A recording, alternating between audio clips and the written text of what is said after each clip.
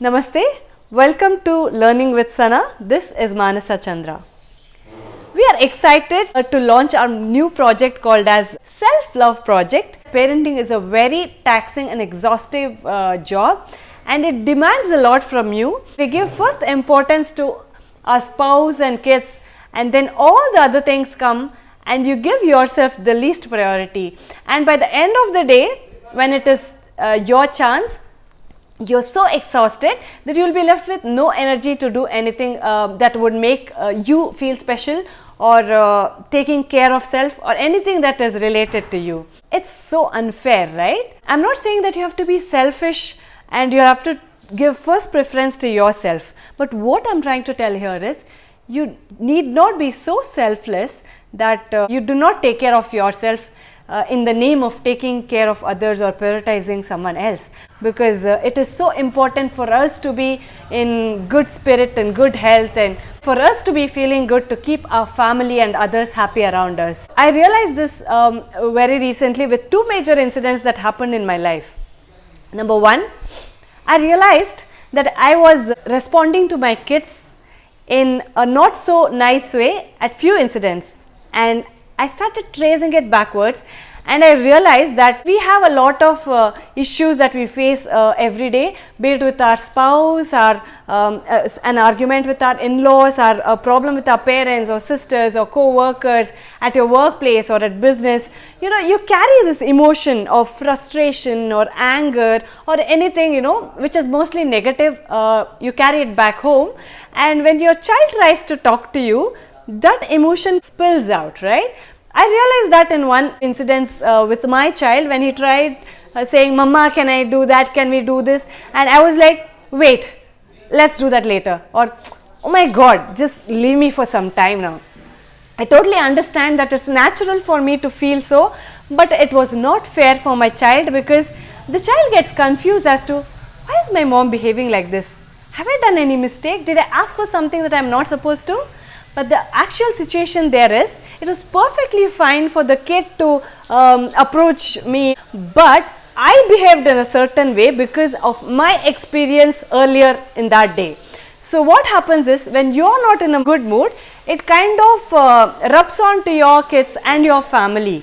So that was one incident for which later I feel guilty, and I'm sure most of you would have experienced a situation like this, where you react a certain way with your kid and regret for doing so. I'm not saying you should never be so, or you should always be perfect.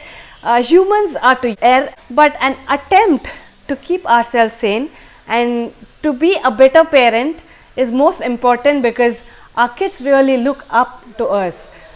This was the first incident, and the second incident is very recently both my kids fell sick with viral, and it was very exhausting. I was so drained. On the 7th day, I fainted because I was too tired. I realized how important it was for me to take care of my health on that day. When my kids need me the most, if I am in need of rest, who will take care of my kids? That was like a call for me, saying, you have been ignoring your health and yourself so much that it's high time you start taking care of yourself. Because today, out of experience, I'm telling you that I understand that when your kids are sick, you don't feel like eating, you don't feel like doing anything. You wish that you can take all the suffering that your kid is going through, so that you can spare them of the pain. But with all this, trust me, I think even at that point, it's important that we take care of ourselves first, because only if we are feeling fine can we take care of our kids. So this is when I created this equation, and now let's look at the equation. So here is the equation which says xm is equal to f. M here is me and f is family.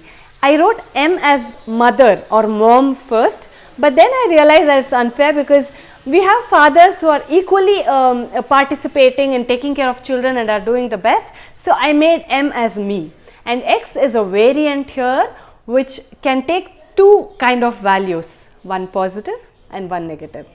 And when the x has negative value, if me, that is if I am sad and if I am irritated, I'm going to spill that on to my family, and my family is going to be in negative emotion too.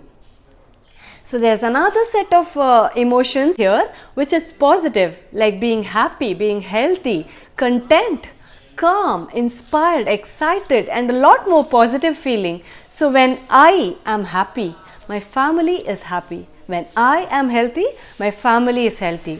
So me equals my family. We are going to follow a set of habits, one habit each month. Why just one? Because research says that it takes at least 21 days for a habit to set in.